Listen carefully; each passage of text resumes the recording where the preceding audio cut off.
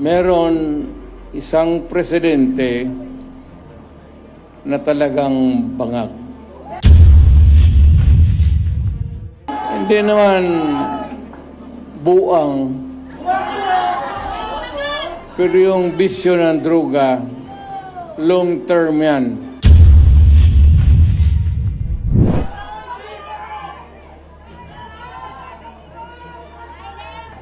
Alam mo, may sarili akong subject matter sa isip ko papunta dito. Problema, I just been handed baka ito at yung plataforma dito na lang tayo rin susunod. Baka ito yung mga issue na malapit sa tao, sa kanilang kahirapan o sa puso nila. Alam mo,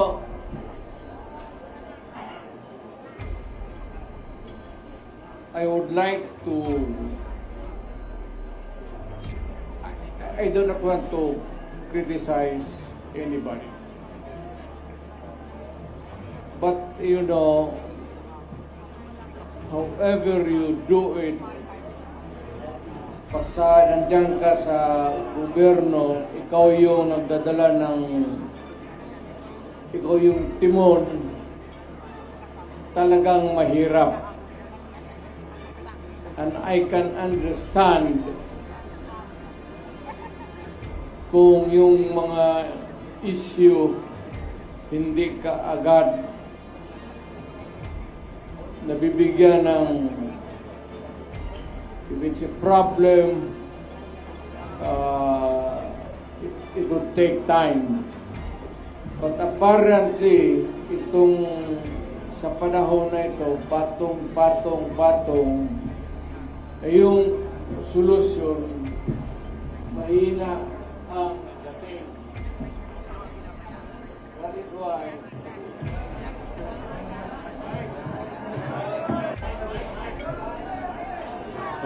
Hello, excuse me.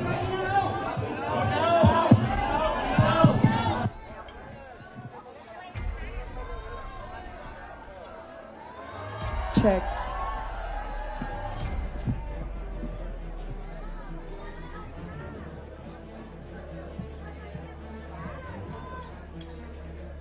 Well, alam natin yung issues. Hindi na natin pag-usapan dyan kasi lumalalim ang gabi. Alam ko kanina pa kayo. Basta dito, ang gusto atang plataforma na sasabihin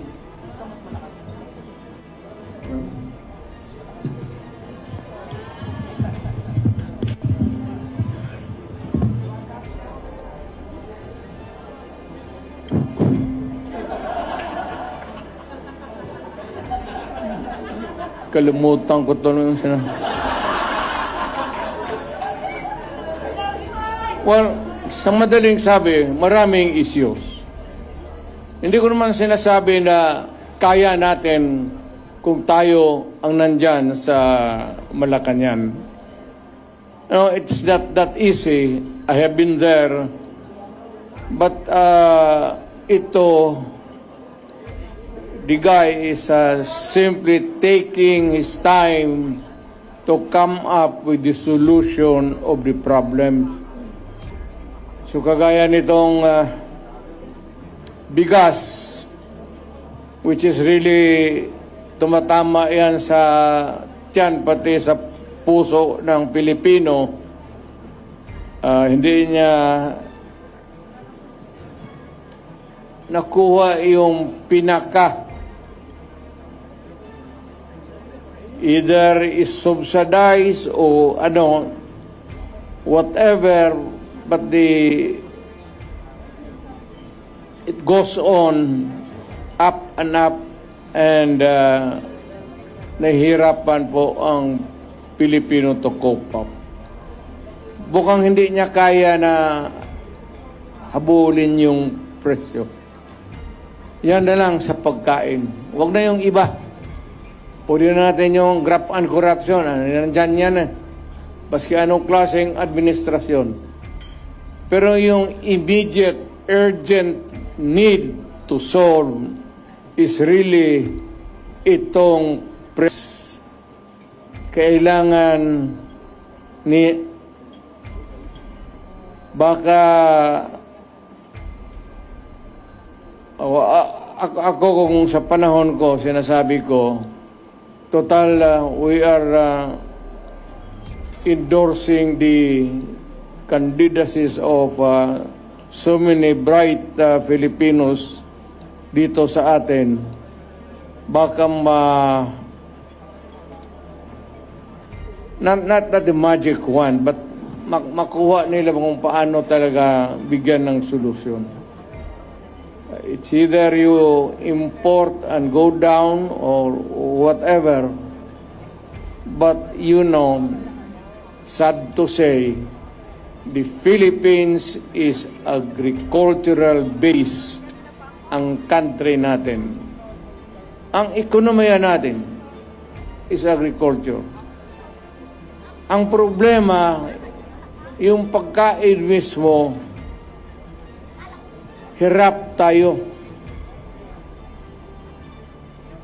Well, of course, yung mga dumadating na typhoons could be one of the factors that can be, palagay na natin, hirap tayo maghabol. Alam mo, pag nasa gobyerno ka, ikaw yung nagdadala, you cannot give promises. Panay na lang ang pangako mo and you keep on,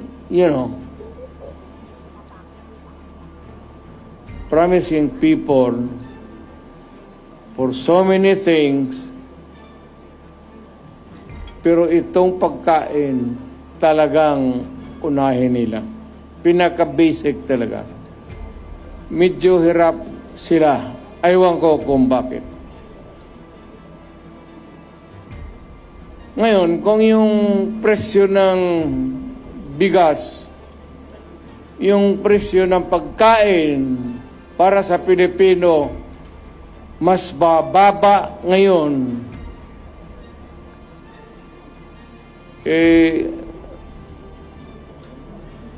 noong panahon na umupo si Presidente,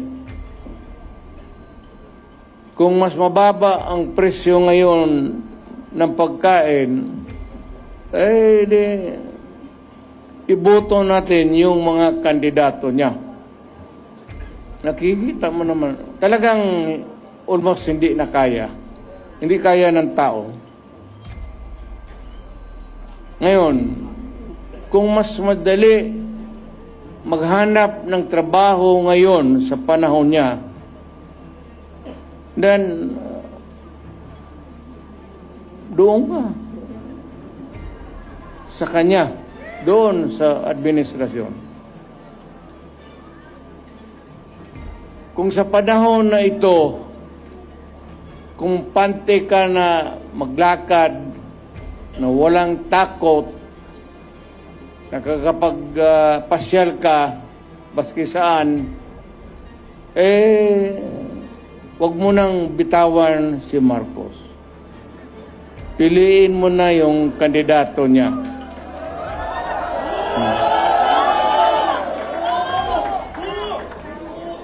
Pero pag sinasabi ko yung pag nagsasalita ako, gumaganyan ako, ibig sabihin, ito yung kapalit.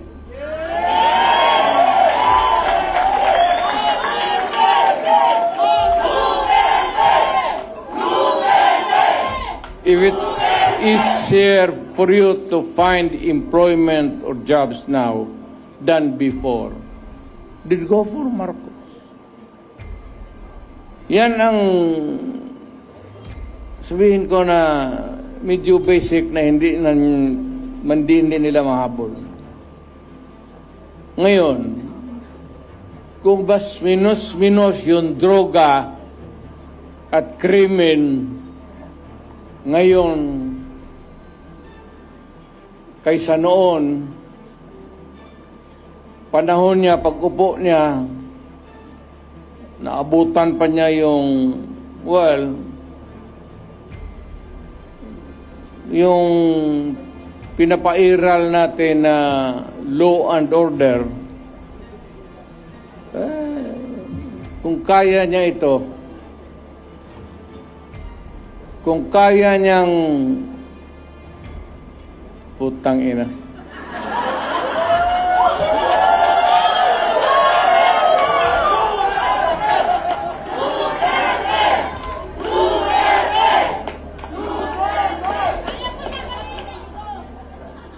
Alam mo kung ako ang durugista, kung may ganoon ako, at bakit sa utak ko, bakit hindi? Total, kasama ko naman sa presidente sa hit-hitan. So, yung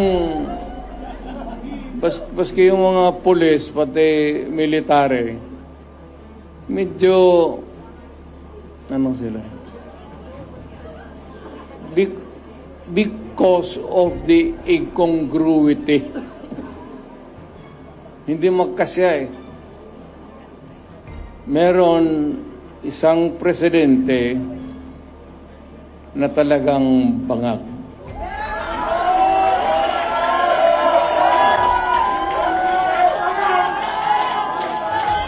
Hindi naman buang, pero yung bisyo ng droga, long term yan. Maging ulol si Marcos,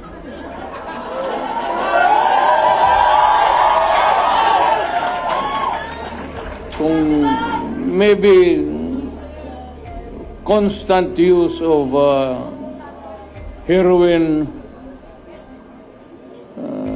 aabot pa siguro siya ng 80. Pero pagdating sa panahon na yan, hindi na siya gumagalaw. Either nakatindig lang yan sa kwarto niya o natutulog. Ganito na lang. Marami tayong problema.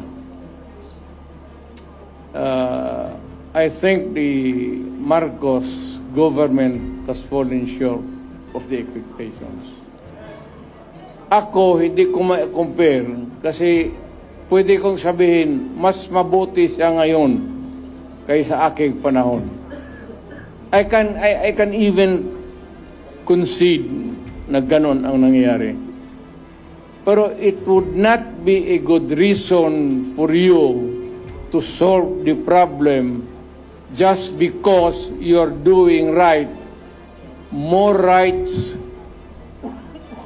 than the wrong ones that the other guy had committed in the past. Na ibig sabihin niya, kung sabihin, wala yun si Duterte, mahina kasi ganun. Okay. But it's not me. It's the Filipino people. Ang tignan mo ang Pilipino, huwag kang magturo dyan sa mga kalaban mo, kagaya ko, kasi ako, hindi na ako kandidato. Ngayon, kung mag-usap tayo, ang pag-usapan natin kung ano ang mga tao na pwede nating gawin na makatulong sa atin, mailagay dyan sa Senado para paski batas na lang ang habulin natin or a policy that is enunciated by Congress, particularly about the drug problem and itong ekonomiya. Itong ekonomiya, mabigat to. Walang bright dito. But at least naman yung sabi ko pagkain, sana mahanapan nila ng paraan. Talagang tumataas eh.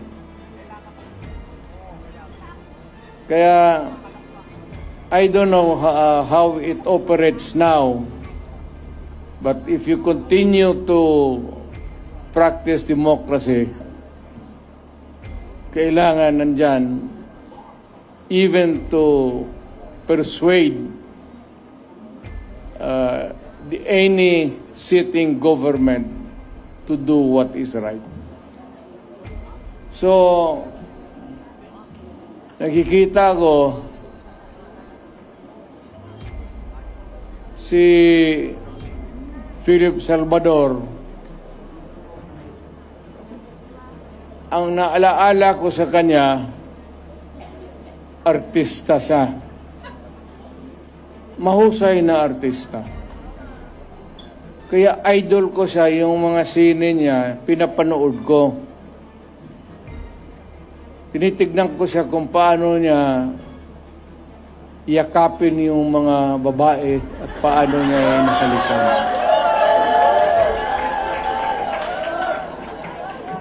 Well, aside from the fact that I know he would make a good senator, yun ang ang naalaala ko sa kanya na parang durog talaga ang babae sa yakap at pagmamahal. Now we have Atty. Rodriguez. Galing yan sa alam mo, mag-isang tao, importante talaga to. Importante ito. Baski kami, alam namin, baski yun ang nakakilala sa akin personal. Importante ang tao na may prinsipyo.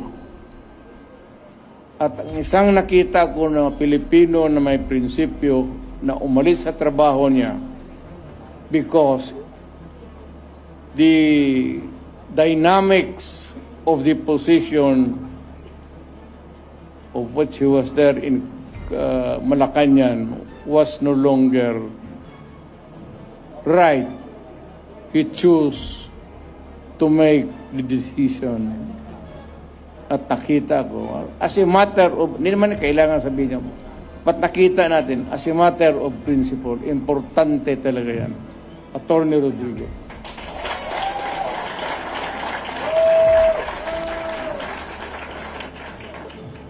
Itong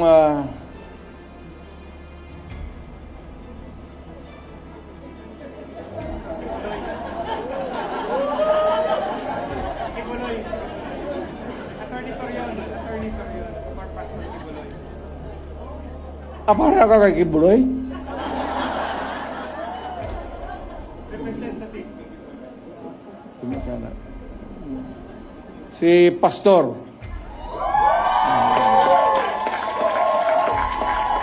At least kung maghanap ka ng tao na kandidato, kung manalo at makaupo dyan as a senator who has the moral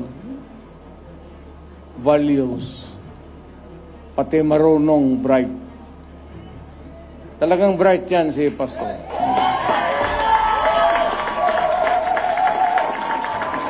Hindi lang rin yun narinig kasi pastor eh. Ang ina yung sinasabi, yung ganon, ang mga apostoles, ano ba naman alam, apostoles ng yawa. Dito tayo sa politika ito eh. So, si Pastor Kibuloy para sa Senado.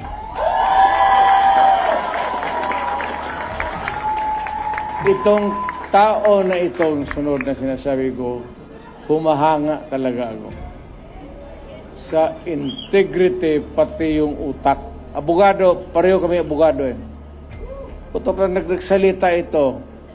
Hindi ko naman kilala to, but yung the constant exposure sa TV, parang natauhan ako. Magaling to ah. Alam niya, sinasabi niya, pati tatanong-tanong ako, talagang is one of the upright na tao na bira mong makita ng ganun. Yung mga bright na karihan kasi ng mga bright, mga gago eh. Haloan nila yung trabaho nila ng kagaguhan. Alam mo, ako talaga, it was I who sought him. Ako naghanap sa kanya para makilala ko siya. Talagang bumilib ako sa kanya. Marcoleta.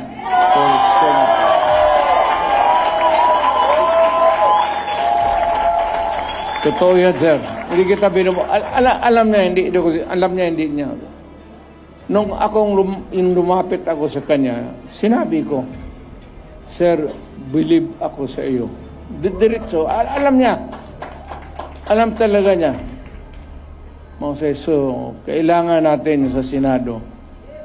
Ngayon, marami kasi sila, ano dapat ang gawin natin? Patayin natin yung mga senador ngayon para mabakante.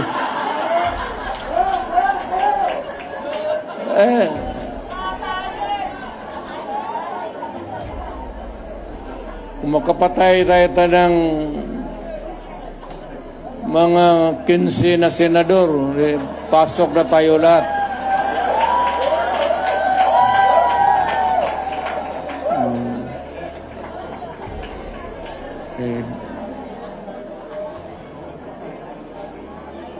Pero kawawa naman. Pero nakakainis kasi hindi naman lahat. Pero, sabi nga, talking of opportunities, the only way to do it is to pasabugin na lang natin yung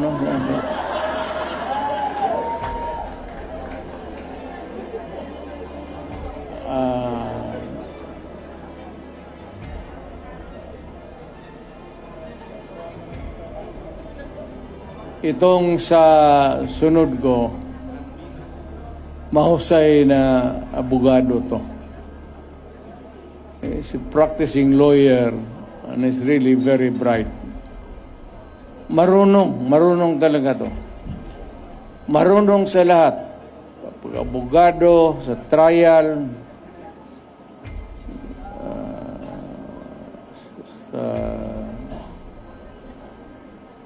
maybe sa social life niya, at siguro sa babae.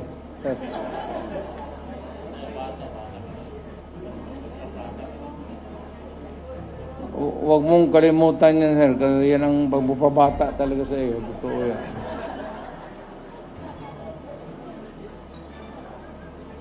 Attorney Lambino.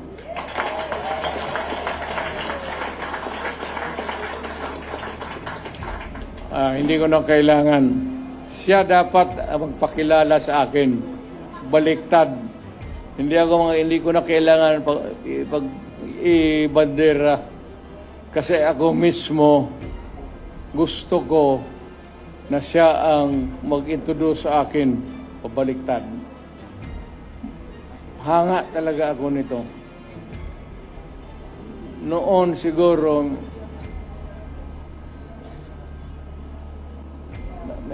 may asawa ka naman, no? Marami po. Marami na ito. Pareho tayo. Kaya ka nang kalitsi-litsi ang buhay na.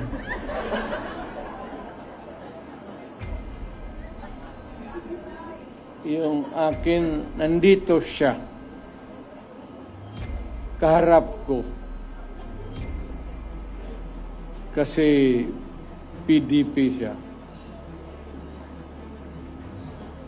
Nag-iisa ka na lang, no?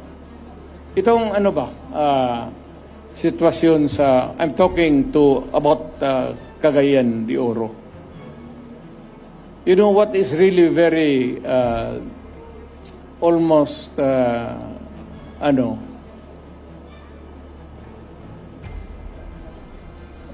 sad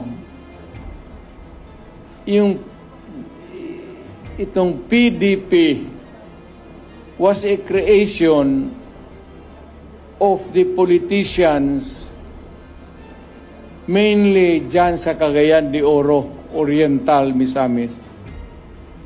Dyan, ako, alam mo, sa totoo lang, what is very shocking to me, really, hindi naman sa pang-ano ha, hindi ako nagpapatawa. Alam mo, walang PDP doon sa Cagayan. Mag-isa na lang. Si Councilor Balaba. Tumindi ka nga.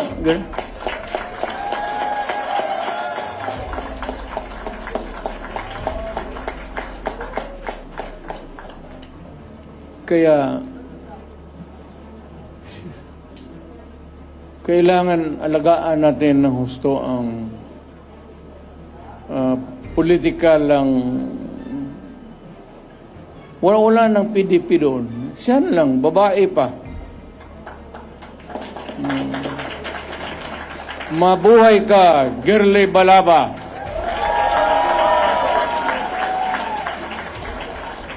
Mabuhay ka, Girly Balaba. At si Rudy Duterte.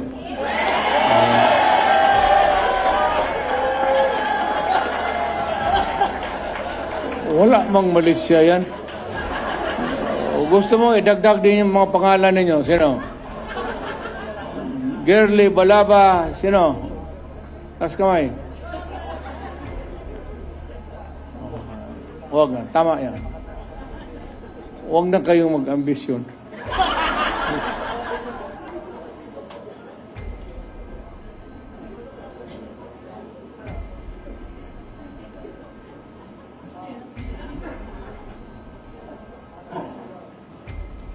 For the rare occasions that I visit Western Visayas, may nakita ako tao na talagang merong go na a lawyer almost to the point of impatience. Ano ba tawag na? Basta nakita ko yung gusto talaga niya mag-survey sa tao. At minsan very long time ago, na hindi to noon pa, may ambisyon siya. Not necessarily yung pagkamayor ngayon. But I heard him talk about politics and his keen interest na nakikita ko yung pagsasalita niya. So, nung nakita kami few days before the filing, I passed by Bacolod. Nagkita kami. At nakita ko yung I remembered his intelligence, his talent, and sabi ko, matagal na rin walang senador talaga ang Western Visayas. I would like to endorse him and for you to vote for him so that yung mga taga-Western Visayas na kapatid natin, bigyan natin. Huwag tayo magsabi Ilonggo, Ilocano. Skip that thing. It's not proper anymore. Kung magsabi ka Ilonggo ako, gano'n, do not talk about your tribe. Just talk about who you are at Pilipino ka at anong kaya mo. At ito talaga, kaya niya maging senador. Attorney Hinlo.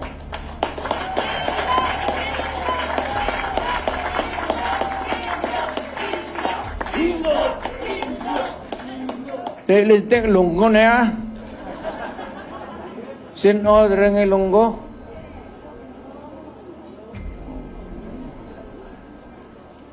Teka, padakon mo na si, para may, hindi naman sa pang ano. It's not because I'd like to, gusto ko na talagang may representation ang Western Visayas.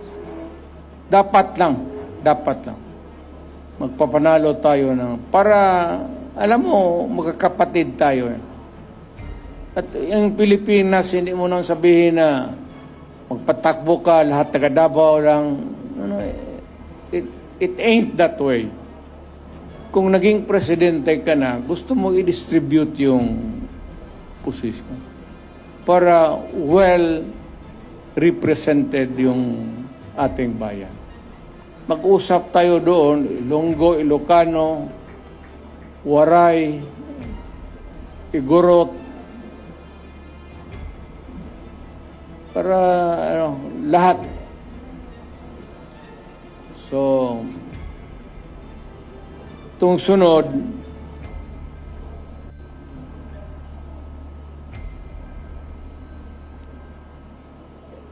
hindi ko naman siguro kailangan ipakilala ko to. Kaya nakakamot ako eh.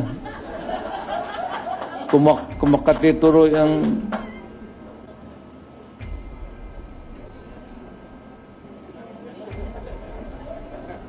may pera ka bong?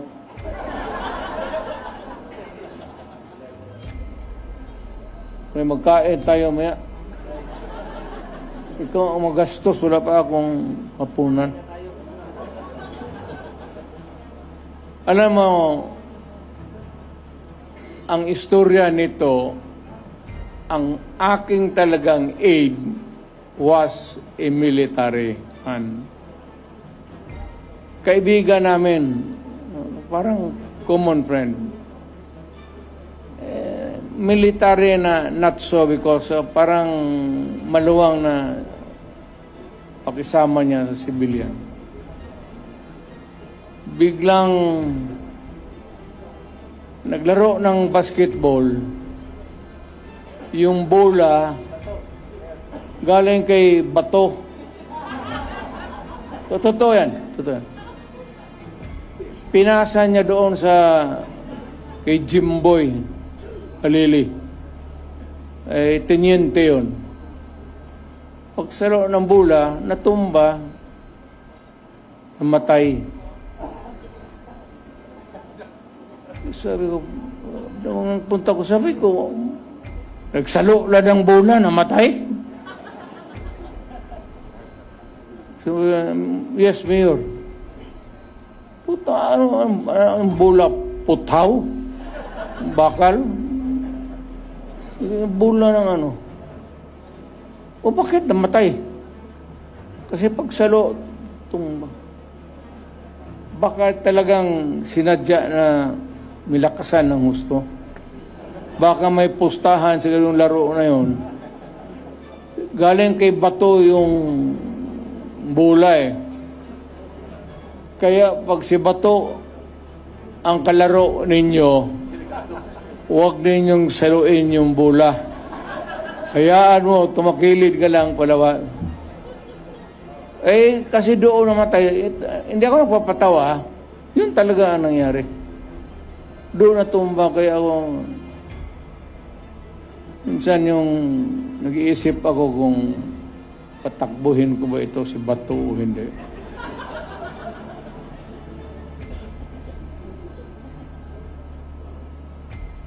Alam mo, kung maghahanap kayo ng original taga na DDS,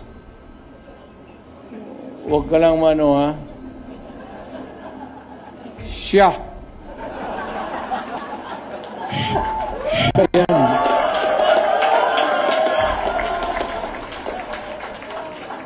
Hindi ako. Mayor ako. Utusan mo pagpatay dyan, buo. Sa yun, Chief of Police. Pinakamatagal kasi taga Davao. Alam mo, pag remember, bago rin akong mayor noon, Kagraduate lang ito na sa PMA, na-assign sa Davao. Tapos nag-asawa, doon sila nag-settle down. Kaya malapit talaga sa akin si Bato. Hindi sabihin bata-bata, tao-tauhan. Kaibigan. Ano nga maidagdag ko sa kwento?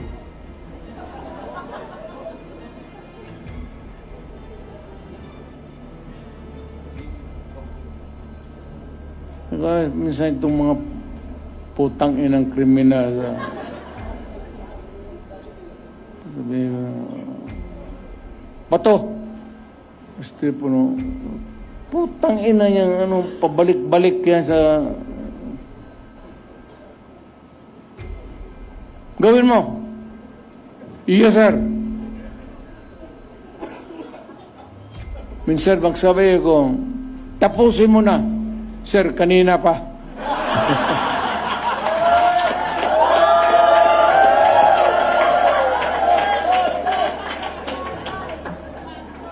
Sa harap pa naman ng, alam mo, sa totoo lang, magprangka-prangka, walang sundalo na hindi pumapatay. Walang sundalo na hindi pumapatay. Baski na walang uto sa kanila, if they are assigned in a certain place, tapos guluhin mo, paputokin mo yung granada, yung performance nila, apektado.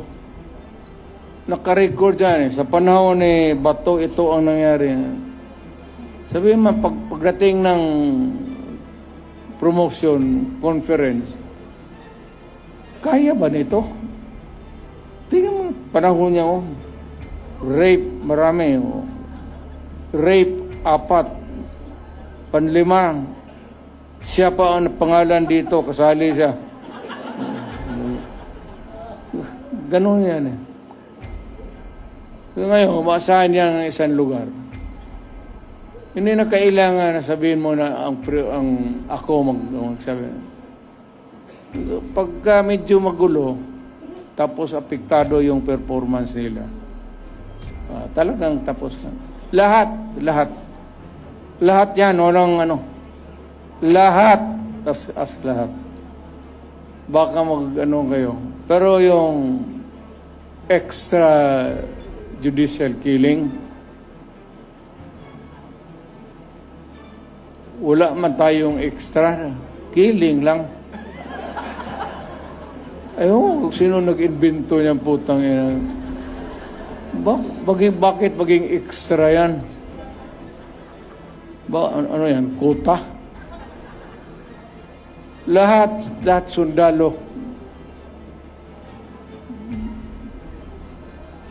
And, nandito na ba lahat? Nandito na lahat? Kompleto na kayo? Ito naman, talagang admirer ako. Totoo, admirer ako niya. Maka-Duterte ito eh. Tsaka,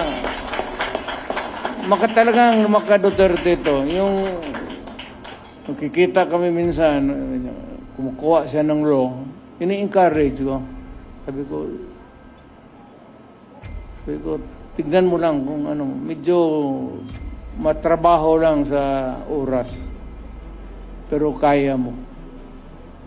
Ako sabi ko rin na balang araw makukuha mo. Abogado talaga. Saludo ako. Jimmy Bundok. Talagang pwede na maging senador. Ito yung may taong may social conscience.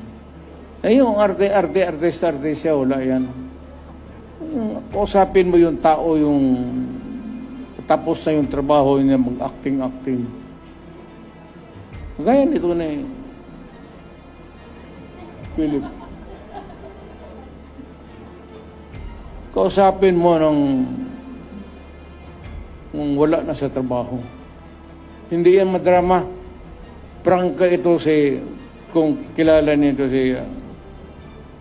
prangka na tao yan. Diretso-diretso. Kaya nagustuhan ko. So, ganito na lang. Para marami ang tao natin, every meeting,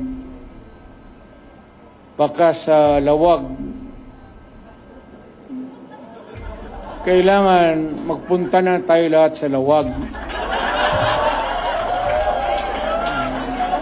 Magkaraban tayo. Baka sa sunod sa Bicol, at least para sigurado talaga na mayroong, natin alam kung ano ang diskarte ng mga tao doon. Baka kukunti lang. Kung pupunta tayo lahat, punta tayo ng Bicol. Ngayon sa Davao, Buanga, punta tayo doon sa ticket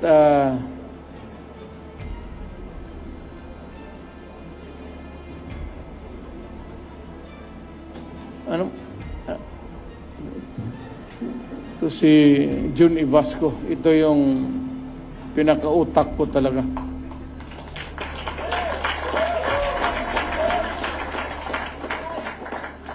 May pera tayo. Alam mo, wala tayo talagang pera. Last minute, ambag-ambag lang kami. Ano ba sa Tagalog yan? Contribute na ko yan. Si Robin. Pero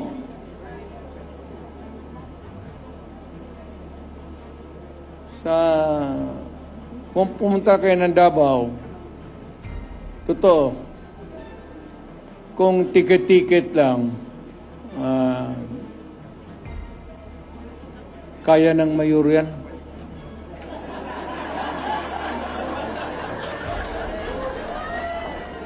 Ipasa mo lang yan doon sa mga negosyante.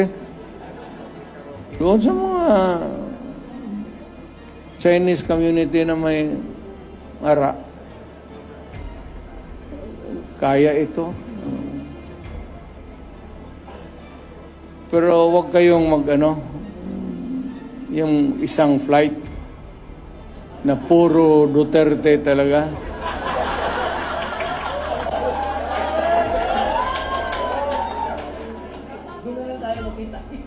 Kasi pag mag-take off yan, ang kabila, magsige, dasal. Mahulog sana yan. Mawalaan ako ng tao.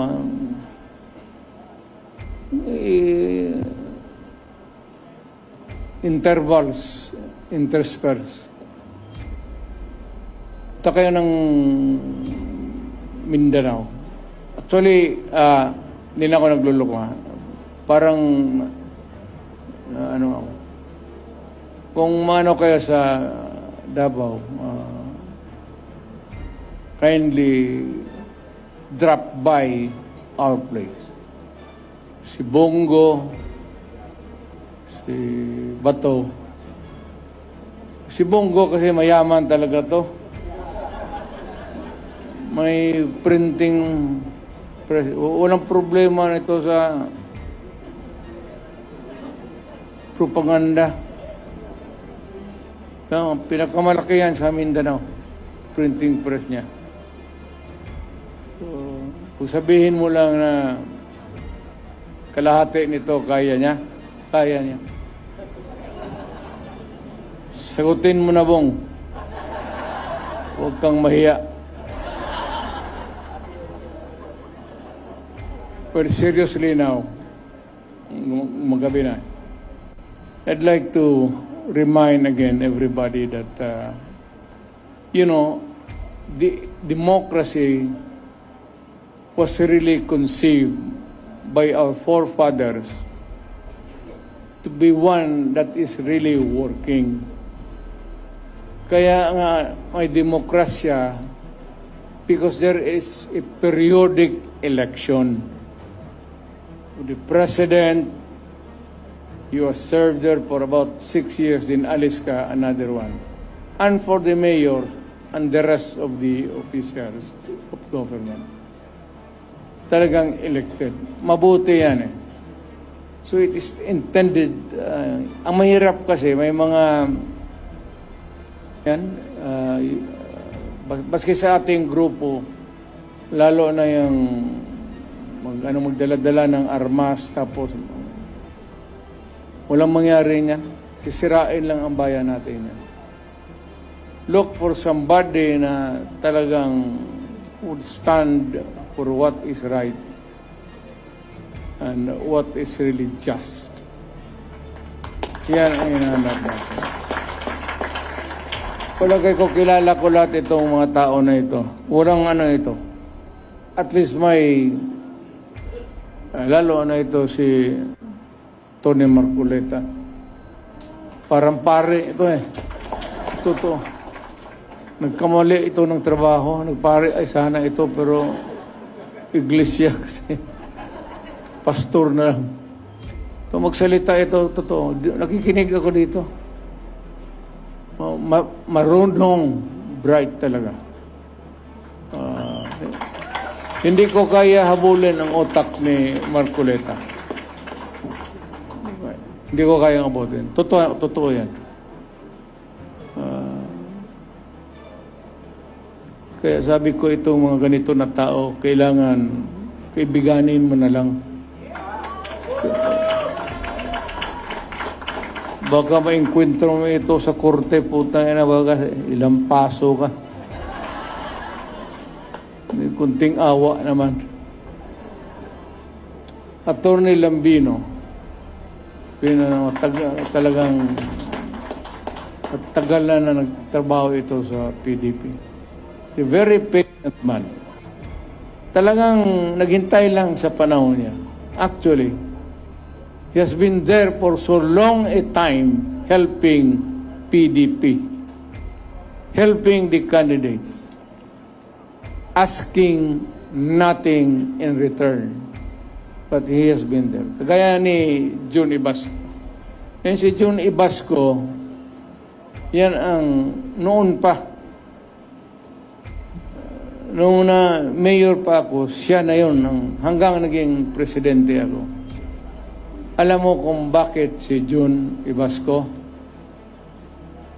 John, isabi na natin ang totoo. Dumating na ang panahon. Okay? Ako isang prosecutor. I was a prosecutor. Yun ang trabaho ko eh. One day, itong sila Colonel Stares, yung mga Philippine Constabulary, parang nagpa-plenum ito sila sa North Cotabato. Ginapang ng mga sundalo, nahuli sila. So ako yung fiscal ina-assign pagka ganun. Takot ang takot yung, hindi nila ako magyabang, takot yung mga fiscal mag-handle ng rebellion, pati yung mga krimen na, So pinapasa sa akin sa chief. So ako nag-iimbestiga. Sabi ng na may nahuli daw marami. May madre pa ata natsambahan. Mga mabigat na sa Mindanao. Yung mga komunista. Nahuli yan sila. Nung pumunta ako sa kampo sa pulis, tinuturo yan siya. Yan sila. Nakaupo lang. Sabi ng mga gago, Mayor, ngayong gabi, huwag mo na lang ilista-lista dyan yung investigation. Bihin na lang na walang nangyari sa operasyon namin. Kasi papatayin namin ito. Dalawang pare yun, Father Tison, pati Father Ibag. NPA talaga yan sila. NPA talaga. Huwag na tayong magdrama. So, gustong ganun ng sabi ko, putang gago, pare yan. Kung ano yan, damay pa ako. Imbestiga ka ng imbestigahin mo yung totoo lang. So, detain siya. But yung one day, nalaala pa ninyo yun, inutos ni Cory Aquino, release all political prisoners. Talagang pinawalaan lahat ng komunista, pinalabas sa kulungan. Si John, isa. Wala sila mapunta bago. Sabi ko, sa opisina ka na lang dito sa akin. Pare, alam mo yung pare, mahusay sa organization. Kasi hinawakan tao Paano mag-organize, paano mag-ganon. Pag yan yung mga pare na mag-ano, talagang kung sponsored ng mga pare yan, matindi yan. Kasi sanay sila sa organization So, kinuha ko siya. From then on, mayor, congressman, tapos presidente. 30 years ago. Siguro. Ganon ba yun dyan? 25, 30 years. Tagal na. From my NPA, nung dumating ako, naging presidente ako, tigas na masyado doon sa Malacanang. Yan na ang tigas dyan sa... Yung mga military naman, sabi ko, intindihin ninyo. Inirelease Wala tayong magawa. Wala mapuntahan yung mga tao. Kaya yung asawa ng De Vera, lahat ng mga babae, binigay sa akin ng military. Yan, totoo. Ito na yun ang totoo. Patayan sila. Yung mga babae, dinala ko sa bahay ko. Bahay ng nanay ko. Doon ko pinatira kasi wala akong yung mga asawa ng komunista.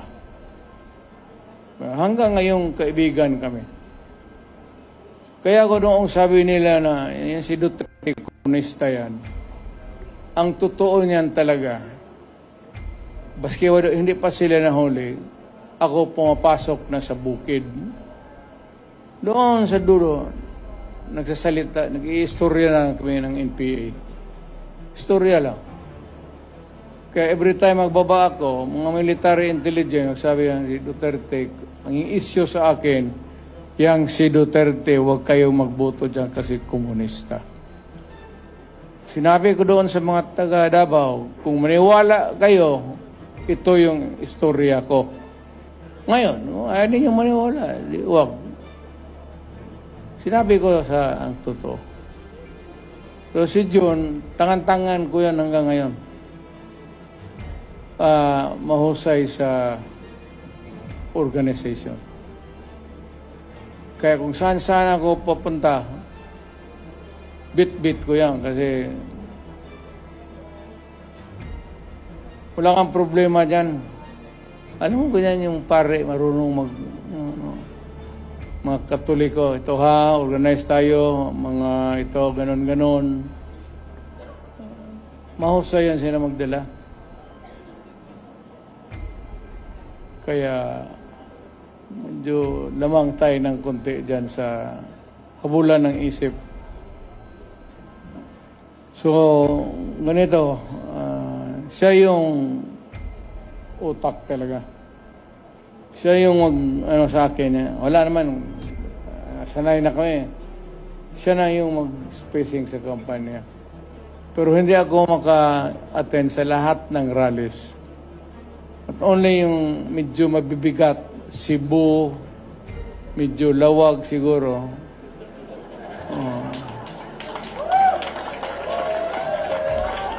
Para, sabihin ko, yung mabibigat, Zamboanga siguro, gano'n. Nandoon ako, pero hindi lahat kasi una-una, sa totoo lang, wala tayong pera. I cannot sustain a campaign na yung diretso-diretso na maybe even sa katawan ko, hindi na rin. Alam mo yung eroplano, hindi ba niyo na pa? Ako, piloto ako when I was young. Naglilipad ako ng eroplano. Pero ngayong matanda na ako, paski yung may pressure, hindi man ninyo halata yung pagbaba mo sa eroplano, medyo matamlay ka talaga. Ganun, hindi ko na kaya. Pero sa mga big rallies, I will be there to bigay natin kay Junian. So, dito tayo magsunod kay Junian. Siya yung I trust him to do the job. So, siya yung magbigay ng program.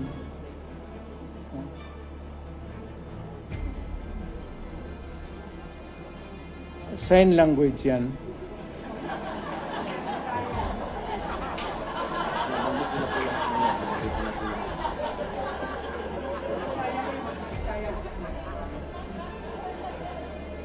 Kung ano yan?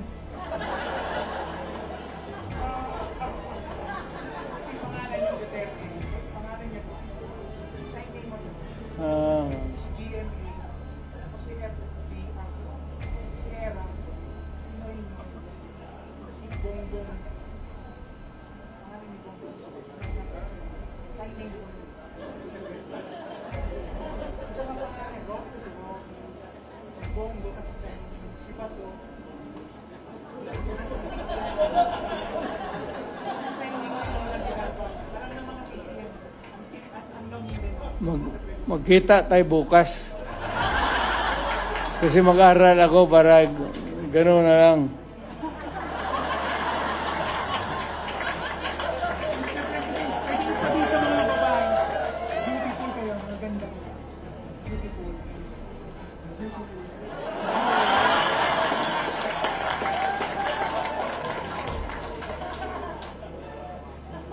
Nehen Pioliang.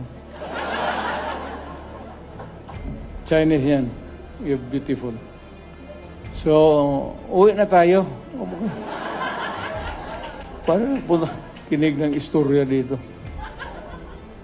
Wala yung ano lang, yung tingin ko na latud pambuhay ng nandito pala yung classmate ko. Dabs Mamao o Lanao del Norte. Classmate ko yan sa kabats ko talaga sa law school sa San Beda. Believe ako. Sana next time, next time. Ako hinayang ako dito kay saan yun? Patakbuhin ko sana ng di bale? Pero sa tingin ko lang pag itong yung napipika yung Pilipino, I don't know if it has gone to another level. Pero yung Pilipino napipika na sa administration. There was a time na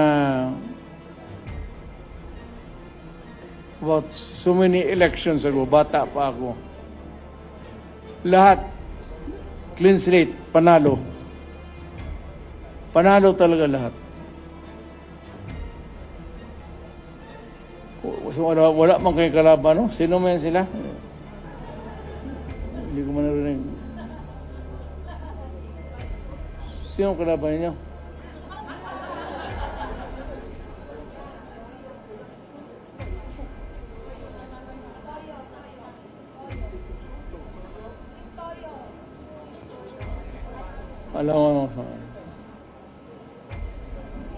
Alam ko na pipika ang Pilipino ngayon. As of now, hindi, not hatred or anger.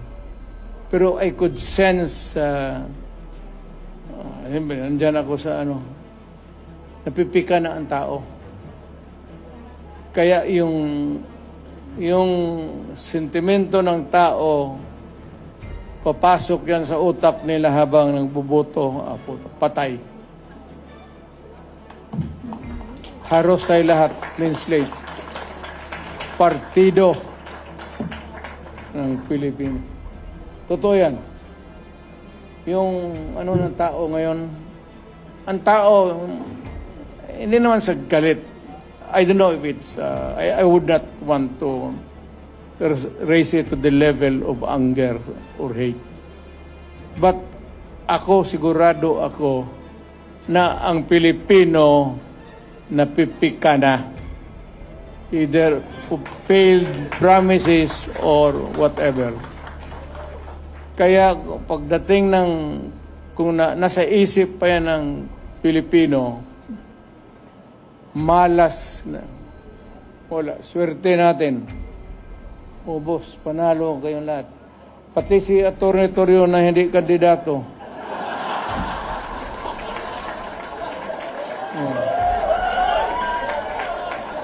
Ilagay nila yung pangalan mo.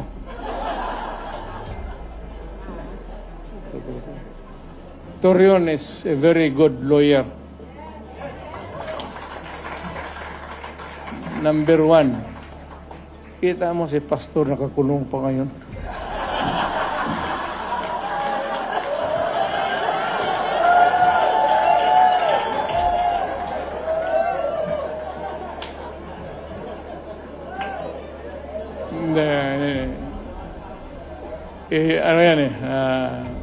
There's more to it than meets the eye. Pagka gano'n simple na kaso tapos bailable, hindi naman makabail, hanapan ng sabi kaya sadya yan. So wala tayong depende na yan sa abogado niya kung